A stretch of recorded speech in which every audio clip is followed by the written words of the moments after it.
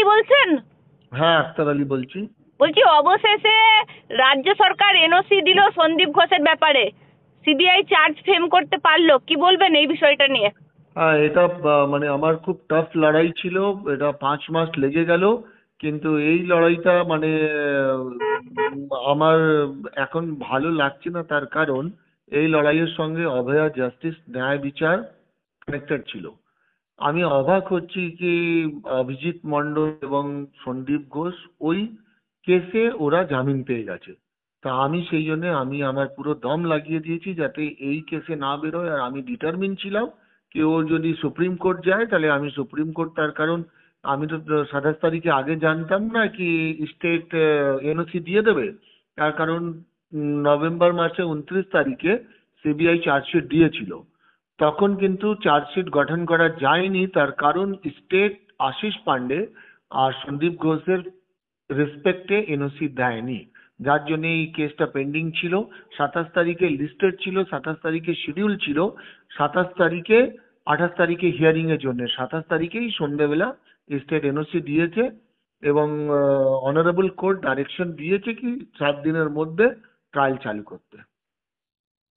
একটা জিনিস জিজ্ঞাসা করছি, এই যে অভয়া, এই যে এই সন্দীপ ঘোষ এবং টালা থানার ওসি এরা জামিন পেয়ে গেল অভয়া কেসে, কিন্তু শুধুমাত্র এই সঞ্জয়ের ফাঁসি দেওয়ার জন্য তৎপর রাজ্য এবং সিবিআই, এই বিষয়টাকে আপনি কিভাবে দেখছেন? দেখুন, সঞ্জয় ফাঁসি হওয়া উচিত। ও যে কাজ করিয়েছে, যে এটা একটা মানুষ, সাধারণ মানুষ করতে পারে না, এটা ইনহিউম্যান। কিন্তু তার সঙ্গে এটাও ঠিক কি এই পুরো ব্যাপারটা একটা রহস্য রয়ে গেছে। এই রহস্য থেকে পর্দা ওঠার দরকার ছিল। তার কারণ যদি শুধু সঞ্জয় ইনভলভ থাকে তাহলে অনেকগুলো জিনিস আছে, সেগুলো মেলাতে হবে। প্রথমে এটাকে সুসাইড কেন বলা হলো, তারপরে ক্রাইম সিনে এতগুলো লোককে নিয়ে যাওয়া হলো কেন, তারপরে বাথরুমটা যেটা একদম অ্যাটাচ সেমিনার রুমে যেখানে ঘটনাটা ঘটেছিল সেটাকে ভাঙা হলো কেন, 14 তারিখে এত লোক ভ্যান্ডালিজম করলো কেন, এগুলো না খুব একটা বড় রহস্য। সঞ্জয় যদি ফাঁসি হয়ে যায়, ও মরে যায়, মরে যাক, ওর ফাঁসি হওয়া উচিত। কিন্তু তার পেট থেকে এই বিষয়টা কিন্তু বার করার দরকার কি এটা একটা খুব বড় সড়ো কনস্পিরেসি মনে হচ্ছে। একদম, না আমি হলে বলছি এত এই সঞ্জয়কে সেই রাতে অনুপ গুপ্তা ফোন করে ডেকেছিল। ও হুম মানে ও এই মুখ হ্যাঁ, এসআই পুলিশ। অনুপ গুপ্তা, হ্যাঁ। একদম একদম, আমি বলছি এই সঞ্জয়ও তো মুখ খুলছে না, সঞ্জয়কে তো এত প্রশ্নও করা হচ্ছে, সঞ্জয় তো কিছু বলতেও চাইছে না। কি মনে হয় রাজ্য সরকারের প্রচন্ড চাপে আছে জেলের মধ্যে? দেখুন, এইটা আমার পক্ষে বলাটা একটু অসুবিধে, কিন্তু আমি বলবো যারা ধরুন অভয়ার মা বাবা তো না এখন স্যার, ফাইল একটা করেছেন। জিনিস আমি আপনাকে হ্যাঁ। বলছি যে হুম। আপনি যে ধরনের চাপ ফেস করেছেন এই সন্দীপ ঘোষদের বিরুদ্ধে মুখ খুলে, সেরকম তো এই সঞ্জয়ও তো সেরকম সিভিক ভলেন্টিয়ার, মানে এই রাজ্য সরকারের এখতিয়ারভুক্তই রয়েছে। তো তার ক্ষেত্রেও আরো চরম চাপ হতে পারে, যারা পেছনে আছে তাদেরকে লোকানোর জন্য। আহ, হতে পারে, হতে পারে, কিন্তু কারা পেছনে আছে এটা তো রহস্য রয়ে গেল। ও যদি মরে যায়, ওর ফাঁসি হয়ে যায়, তাহলে ফাঁসি হওয়া উচিত। আমি বলবো হি deserve highest punishment, capital punishment. কিন্তু আমাদের জনগণ আমরা জানতে চাইছি কি এই এত বড় যে রহস্য ছিল, যদি রহস্য না হতো তাহলে তাড়াতাড়ি বডি পুড়িয়ে দেওয়া, অনেকগুলো জিনিস আছে যেগুলো কোরিলেট করছে, মানে একটার সঙ্গে অন্য লিঙ্ক হয়ে যাচ্ছে। কেন বডি তাড়াতাড়ি সেখানে কাউন্সিলর থেকে বডি কেন ডিসপোজ করালো? তো এটা এখন কয়েকদিন যদি ওকে কাস্টাডিতে রেখে ওর কাছ থেকে কিছু জিনিস যদি বার করা হয়, তাহলে এটা অভয়া মা বাবা, এবার যে কোনো মা বাবার যে ব্যথাটা, এই ব্যথাটা মানে নিয়ে ওরা লড়ছে, ভাবুন ওরা কোন জায়গায় আছে। ওদেরকে তো আর এখন বেনজির আক্রমণ করা হচ্ছে, ওদেরকে শাসক দলের তরফ থেকে বেনজির আক্রমণ চলছে যে ওরা এইটা তাকে চাই। এইটা এইটা তো যার মেয়ে গেছে তারাই বলতে পারবে। শাসক দলের যদি ঈশ্বর না করে এই ঘটনা যদি শাসক দলের কারোর সঙ্গে ঘটতো, তখন ওরা বুঝতে পারতো সন্তানকে হারানো এই ব্যথাটা যে কি ব্যথা হয়। যে মানে আর কি বলবো, মানে এটা তো এখন মানে এসি রুমে বসা, চেয়ারে বসে বড় বড় মন্তব্য করাটা খুব ইজি।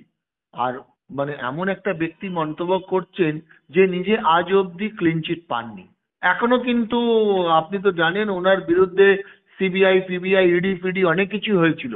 তা আমার কুণাল মনে হয় ঘোষ, যদি উনি ক্লিন চিট কুণাল পেয়ে ঘোষ থাকেন। মন্তব্য করছেন, মদন মিত্র মন্তব্য করছেন।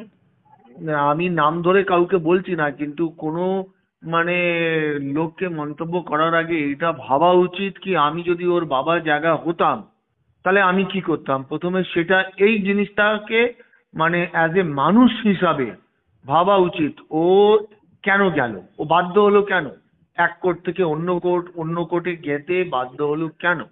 তার কারণ সবাই বিচার চাইছিল, আমরাও বিচার চাইছিলাম। সঞ্জয় রায়কে তো 48 ঘন্টার মধ্যেই অ্যারেস্ট করা হলো। তারপরে যে তথ্য প্রমাণ লোপট এইসব যে কথা উঠলো, এগুলো ঘটলো, অনেক কিছু ঘটলো।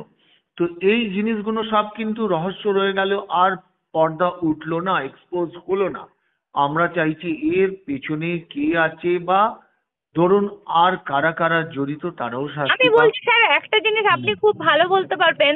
এই যে সন্দীপ ঘোষ যখন প্রিন্সিপাল ছিল, এই যে আরজি করের এর মধ্যে মানে ওইখানে পার্টি চলতো, এমনকি যেদিন তিলোত্তমার হ্যাঁ, এই ঘটনা ঘটে সেদিন রাতেও দুটো পার্টি চলছিল। এই একদম ঠিক একটু যদি কথা। আমাদেরকে যদি একটু বলেন যে হ্যাঁ, কিভাবে এই যেদিন ভয়ঙ্কর পরিস্থিতিগুলো হতো আরজি করের মধ্যে।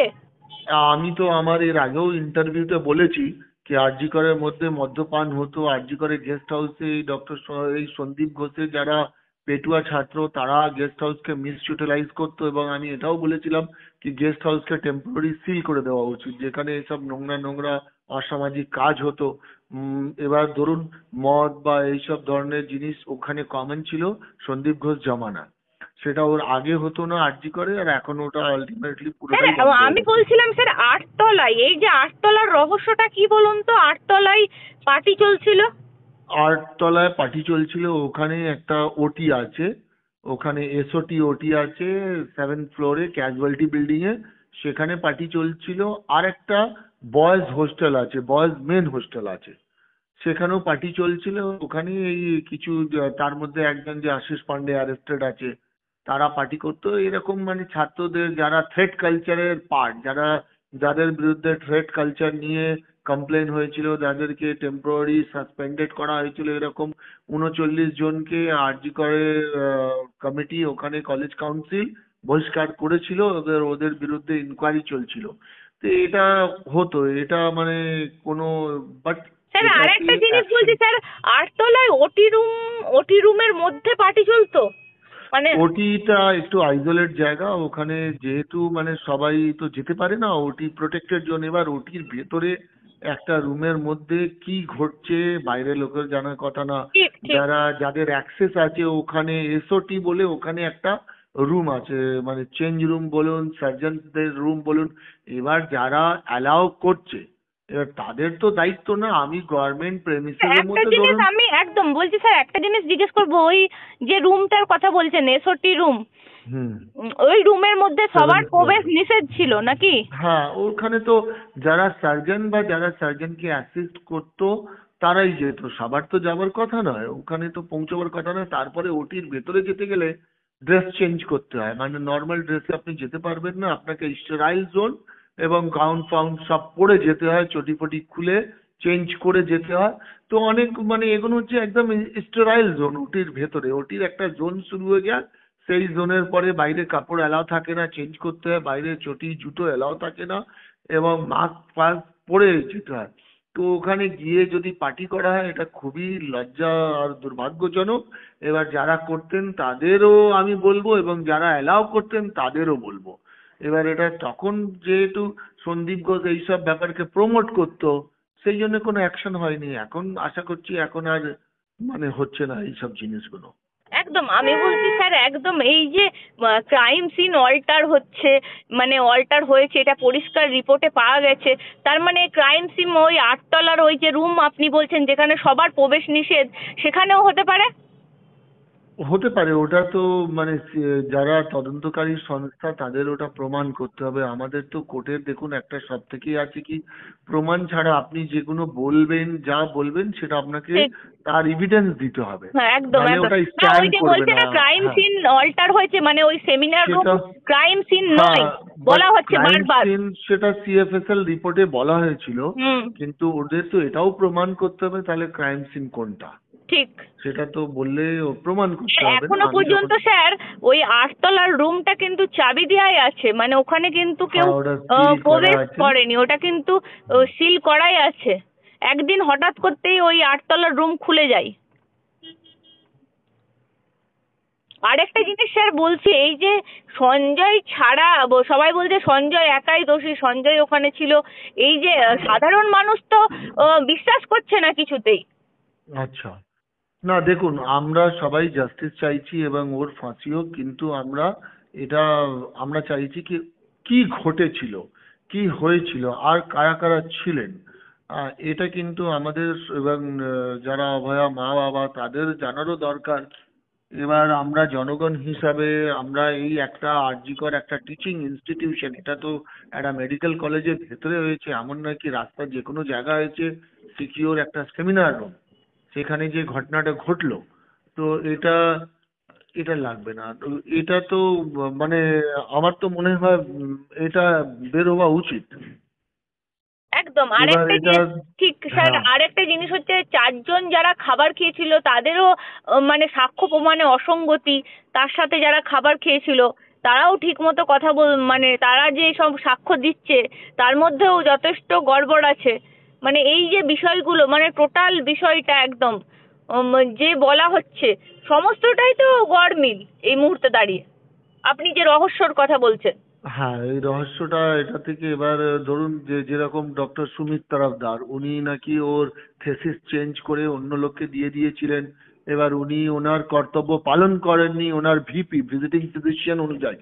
তো অনেকগুলো জিনিস রহস্য হচ্ছে, ও কি কোনো চক্রান্ত শিকার হয়ে গেছিল, ও কি কিছু জেনে ফেলেছিল? এবার সেই জিনিসগুলো না এক্সপোজ হচ্ছে না। যদি জেনে ফেলেছিল তাহলে কমপ্লেন করেছিল কিনা, কোথায় করেছিল, আমরা কোনো না ডকুমেন্টারি এভিডেন্স পাইনি, তদন্তকারী সংস্থাও পাইনি। সেই জন্য এটা মানে হয়তো আমরা বললেও স্ট্যান্ড করবে না, মানে আমরা তো হ্যাঁ, আরেকটা জিনিস কোনো বলছি, জিনিস, আপনার হ্যাঁ। কি সন্দীপ ঘোষের বিরুদ্ধে লড়াই জারি থাকবে? আপনি সন্দীপ ঘোষকে শেষ অবধি দেখবেন? আমি এ- শুধু সন্দীপ ঘোষ না, আমার এই লড়াইটা দুর্নীতির বিরুদ্ধে। এবার অনেক লোক আমার ব্যাখ্যাটা ভুল দেখিয়েছে।